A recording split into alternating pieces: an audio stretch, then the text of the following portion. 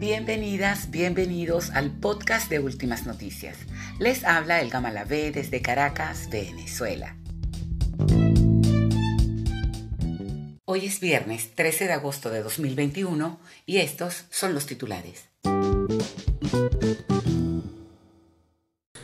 Ya hoy vamos a comenzar, a partir de este momento, a anunciar las listas de los cargos a elección. El Partido Socialista Unido de Venezuela escogió el pasado 8 de agosto a sus candidatos para las elecciones en noviembre de este año. Y nuestro director de contenidos, Alberto Cova, analiza esta noticia. Código rojo para la humanidad, de acuerdo a informe del panel intergubernamental sobre cambio climático de las Naciones Unidas. Conversamos al respecto con el consultor en sustentabilidad y cambio climático, César Aponte.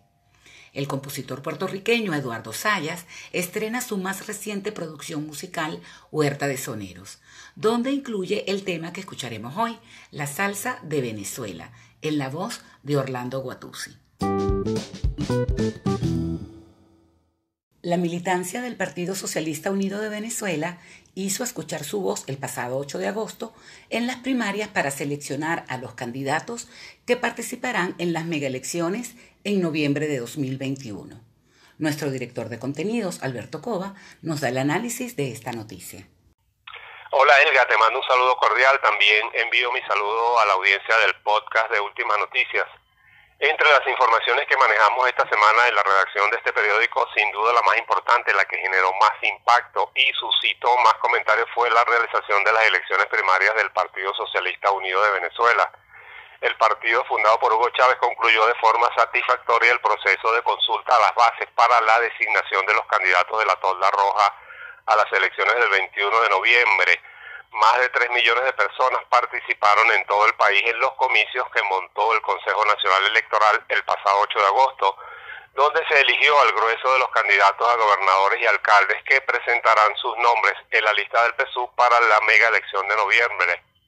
Ese día resultaron llamativas las largas colas que se formaron en los centros electorales en lo que se suponía era un proceso interno del PSUV, aunque la convocatoria fue abierta a todos los ciudadanos venezolanos más allá de la militancia del Partido Socialista. Estas primarias abiertas del PSUV generan varias interpretaciones y comentarios. En primer lugar, se debe resaltar la absoluta paz en la que se realizó la elección del 8 de agosto, a pesar de que la logística aportada por el CNE para los comicios resultó insuficiente. Había apenas una sola máquina para sufragar en cada centro electoral, pero la gente esperó pacientemente en sus colas, en muchos casos más allá de la medianoche, para concretar su voto, todo ello sin ningún tipo de incidentes que lamentar.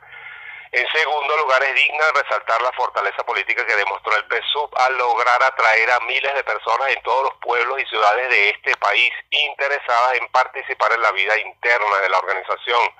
En todos los estados se registró una alta participación, lo que coloca al PSUV en una posición ventajosa frente a sus adversarios de la oposición para la mega elección, pues sus candidatos parten en la contienda con un apoyo popular cuantificable y con el beneficio que les aporta la proyección de sus imágenes entre el electorado producto de la campaña y posterior logro de la candidatura.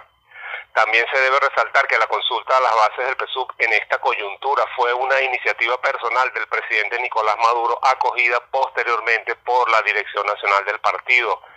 Maduro ha podido ejercer la influencia que tiene como presidente del partido en la designación de los candidatos mediante procesos internos, pero prefirió convocar a la población para la toma de decisión sobre los nombres a presentar en los comicios de noviembre. Vistos los resultados del 8 de agosto, podemos decir que la apuesta de Maduro fue acertada.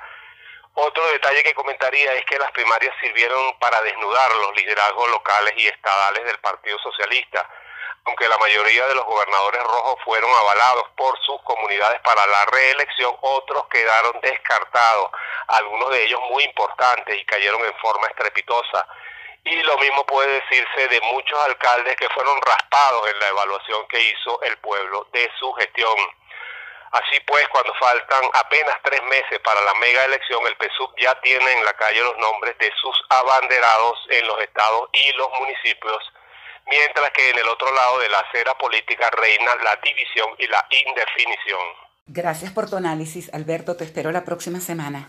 Gracias, Elga. Un saludo para ti, para la audiencia.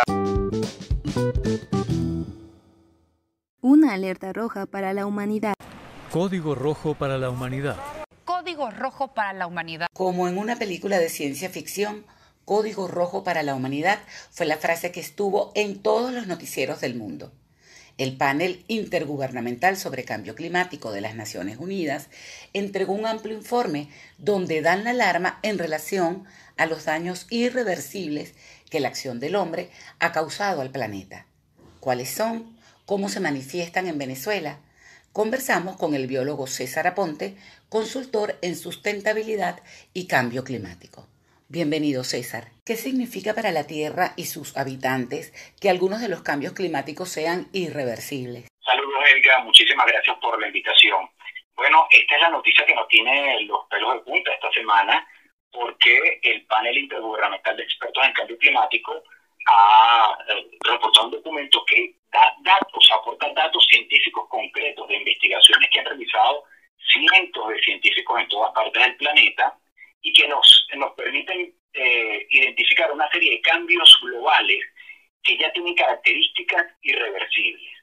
Una de las conclusiones importantes del reporte del IPCC es que le atribuye a la humanidad y no a los factores naturales el incremento de temperatura que hemos observado recientemente, especialmente desde 1850 hasta la fecha, y que se corresponde con toda la historia económica posterior a la industrialización. Es decir, con estos datos se acaba el debate de los negacionistas que atribuían al cambio climático fenómenos naturales y queda bastante claro que ha sido nuestra responsabilidad y específicamente de la manera en que nosotros hemos llevado la economía desde 1850 hasta el presente, que es un modelo económico que se basa en una extracción exagerada de recursos naturales para transformarlos en mercancía y que hemos llevado esa tendencia de extracción más allá de la propia capacidad del planeta para recuperarse a los impactos, ¿no?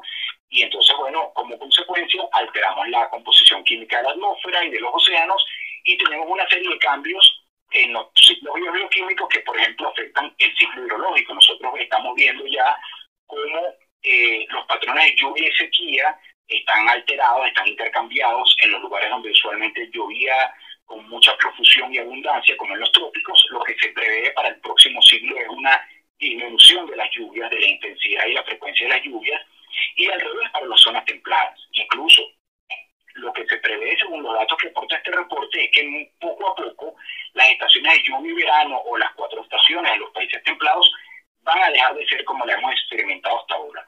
Y eso tiene implicaciones gravísimas para la alimentación humana, porque eso significa que todo el conocimiento tradicional de los agricultores, campesinos, indígenas, etcétera, que ya no les va a permitir predecir adecuadamente cuál es el momento indicado para la siembra, porque ya esos patrones de lluvia y sequía están completamente alternados. Otra conclusión importante es la elevación significativa y continua del nivel del mar a lo largo de todo el siglo XXI. Eso va a afectar a todas las poblaciones humanas que están asentadas en la costa, que son la mayoría, y va a generar impactos en la infraestructura, en las economías, frente a las economías del Caribe que dependen prácticamente del turismo, y todos recordamos cómo los ciclones que impactaron hasta el año 2017 destruyeron gran parte de esa infraestructura. No solamente el turismo, también todas las flotas navieras, buques de carga, etcétera, etcétera. O sea, los impactos pueden ser terroríficos. ¿Cómo se manifiestan los daños del cambio climático en Venezuela? Bueno, fíjate que en Venezuela tenemos una peculiaridad, y es que quizás debido a que estas imágenes del cambio climático siempre ponen, tú sabes, la foto del oso polar en el hielo, en el Ártico, bueno, realmente nosotros experimentamos otro tipo de consecuencias y las hemos naturalizado, así que de pronto no las relacionamos con el cambio climático. Hay un reporte de la Estrategia Nacional de Sequía que da cuenta de que entre 1987 y 2008 ocurrieron más de 1.500 eventos climáticos extremos. ¿Okay? Eso sin tomar en cuenta los datos del desastre natural que todos recordamos, la tragedia de Vargas en 1999.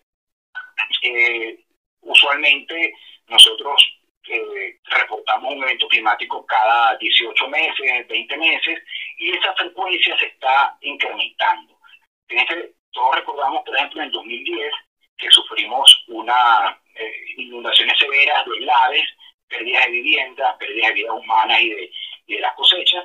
Y justo ese mismo año tuvimos también un periodo de sequía muy intenso que se complementó con el periodo de sequía más extremo que hemos tenido en los últimos 60 años, que empezó en 2013 y terminó en 2016, y que tuvo severos impactos en los embalses, en la represa para riego, la generación de electricidad. De hecho, la sequía es nuestro principal impacto del cambio climático, y es lo que tanto el INAMEC como el IPCC han previsto para Venezuela en el próximo siglo.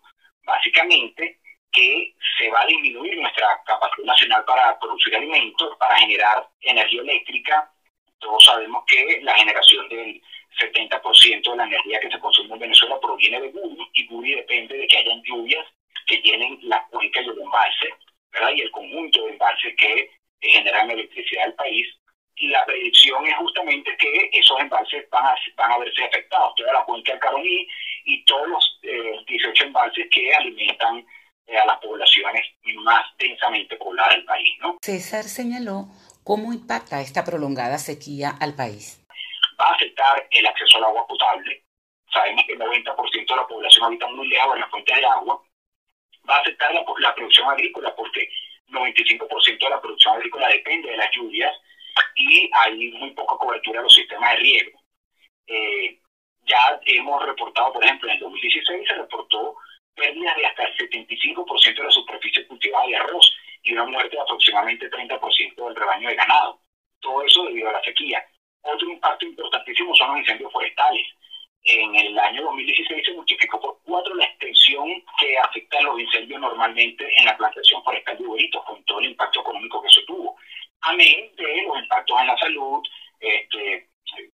enfermedades respiratorias o transmitidas por vectores vinculados al agua, y todo el malestar social que genera la ausencia de servicios como agua, electricidad y, por supuesto, el impacto en el comercio y en la economía nacional. Entonces, el cambio climático y específicamente la sequía representa una grave amenaza para Venezuela y para la seguridad nacional. Aunque el IPCC dijo que estos daños son irreversibles, César destacó qué debemos y podemos hacer por nuestro planeta. Hay una cosa importante que quiero destacar, ¿no? El reporte del IPCC da cuenta que estos daños son irreversibles si no hacemos nada, ¿ok? ¿Qué significa eso? Que aún hay tiempo si tomamos las medidas adecuadas, si los gobiernos, las empresas, ¿verdad?, las grandes economías y nosotros como ciudadanos ponemos nuestra parte, es posible que nosotros podamos minimizar o mitigar estos impactos que estamos observando. Y este es un momento importantísimo a nivel nacional, acá en Venezuela, para plantear soluciones que justamente apunten a la unión de los sectores públicos, privados y comunitarios, especialmente la agenda de adaptación al cambio climático. El debate del cambio climático apunta o hacia la reducción de emisiones de gases de efecto invernadero o hacia la adaptación, y usualmente para los países del sur la adaptación es la agenda más importante, y ese es el caso venezolano. Nuestras emisiones son una fracción muy pequeña y prácticamente no contribuyen al gran problema global. No es que no debamos hacer esfuerzos por reducirlas, pero nuestro principal enfoque debe estar en la adaptación. Entonces, la sustentabilidad y la adaptación probablemente den una guía para el desarrollo económico y social de Venezuela, porque implica trabajar en equipo, trabajar conjuntamente, repito, sectores públicos, privados y comunitarios. ¿Qué cosas hay que hacer para un plan nacional de adaptación? Por ejemplo, fomentar sistemas agrícolas que sean diversificados, de pequeña y mediana escala, y que apunten a la distribución local de alimentos, por ejemplo, ¿no? Yo recuerdo, y siempre pongo esto como anécdota, de los impactos que vivimos en 2010, el reporte de un funcionario público que decía hay 15 poblaciones aisladas por las carreteras, sin embargo 10 de ellas producen sus propios alimentos, y hacia allá tenemos que ir. Necesitamos programas de concienciación y educación para hacer del cambio climático y sus consecuencias un tema del imaginario colectivo del venezolano. Necesitamos adoptar eso y reconocerlo como un problema que tenemos que afrontar entre todos. Tenemos que incrementar la superficie de riego agrícola, brindar capacidades para que no dependamos exclusivamente de las lluvias para la producción de alimentos. Necesitamos fortalecer nuestra capacidad para prever y monitorear los incendios forestales, y también los sistemas de alerta temprana que nos indiquen cuándo viene un periodo de sequía y poder tomar las medidas oportunamente, igual cuando viene una inundación, etcétera, etcétera, ¿no? Gracias a César Aponte por su participación en el programa. Ustedes y nosotros seguimos en nuestro segmento musical. El compositor y productor puertorriqueño Eduardo Zayas estrena su más reciente trabajo, Huerta de Soneros, y en él participan varios músicos venezolanos, como el trombonista Anderson Goyo, nuestro Orlando Guatuzzi, quien hace un fantástico dúo con el puertorriqueño Edwin El Calvito Reyes. Disfruten Salsa de Venezuela. Óyeme, de la salsa de Venezuela, pa' que goce.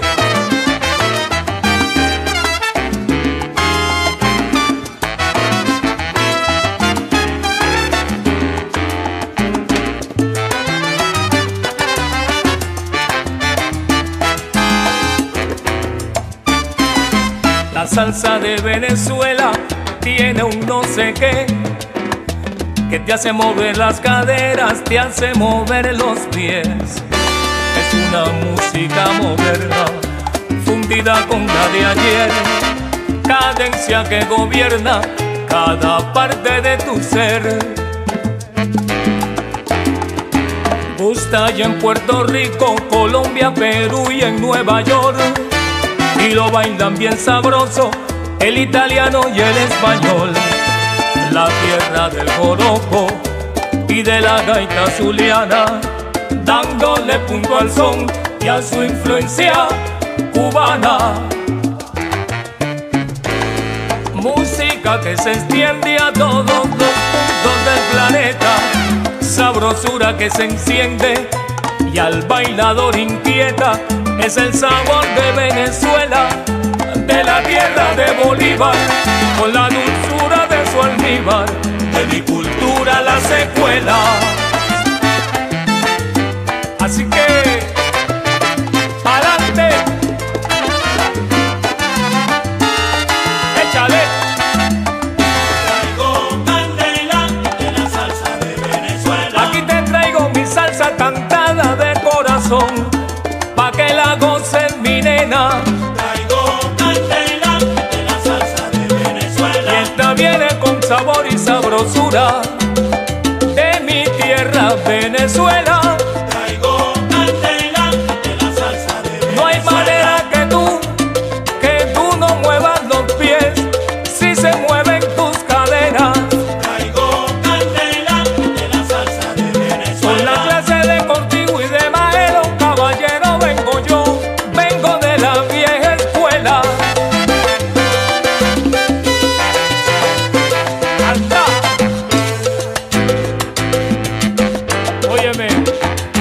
Agárrate de la brocha, que me llevo la escalera otra vez. ¡Aprieta!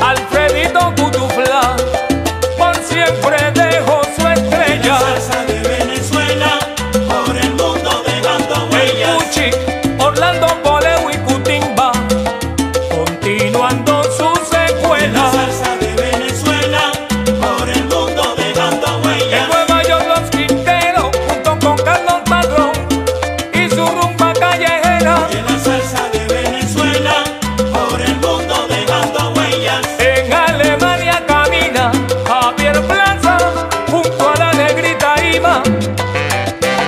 Y así seguimos, caballero. Ricardo Quintero, Gerardo Rosales, Gerson Aranda, Gustavo Gerardo, Robert Vilera, el Chino César, Eduardo Valls, Felipe Monte, Marcos Toro, Felipe Mandingo, Jesús Mandinga, Pivo Márquez y Luisito Cabrera en Bogotá, Leo González.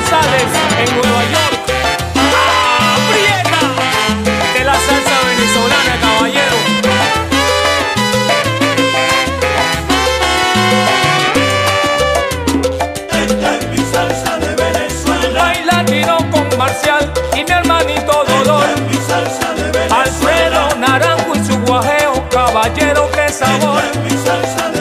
Muy, usted muy Don Huicho la pusieron en la China. Y Don Oscar de León con la dimensión latina. Alfredo Padilla y Nene con lo de mente encima.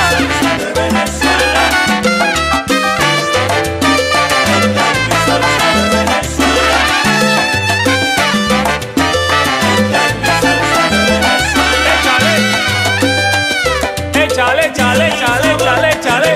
Oye, el que no sepa que aprenda.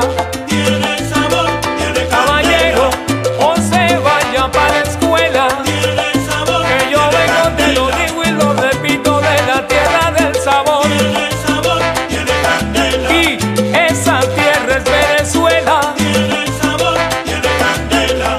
Mi rumbón aquí se vuela. Tiene sabor, tiene candela. Tiene sabor.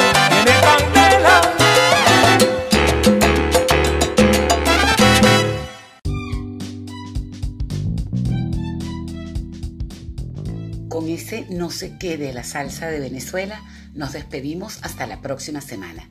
Gracias por su compañía.